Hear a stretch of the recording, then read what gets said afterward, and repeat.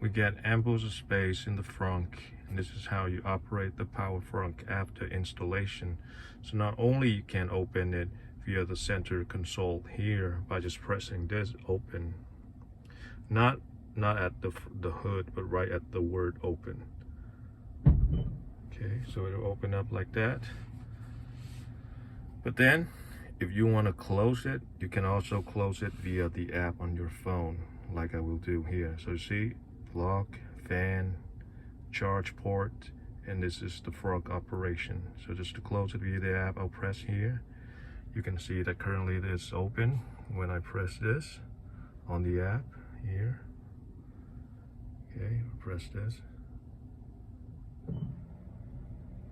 it'll close there. Let me do it. Let me show you guys from the outside what it looks like. So it's gonna look like this from the outside. With the app, just press this.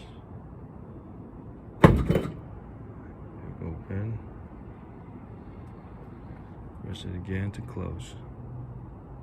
And close. Yep. That's how you get a power folding frunk.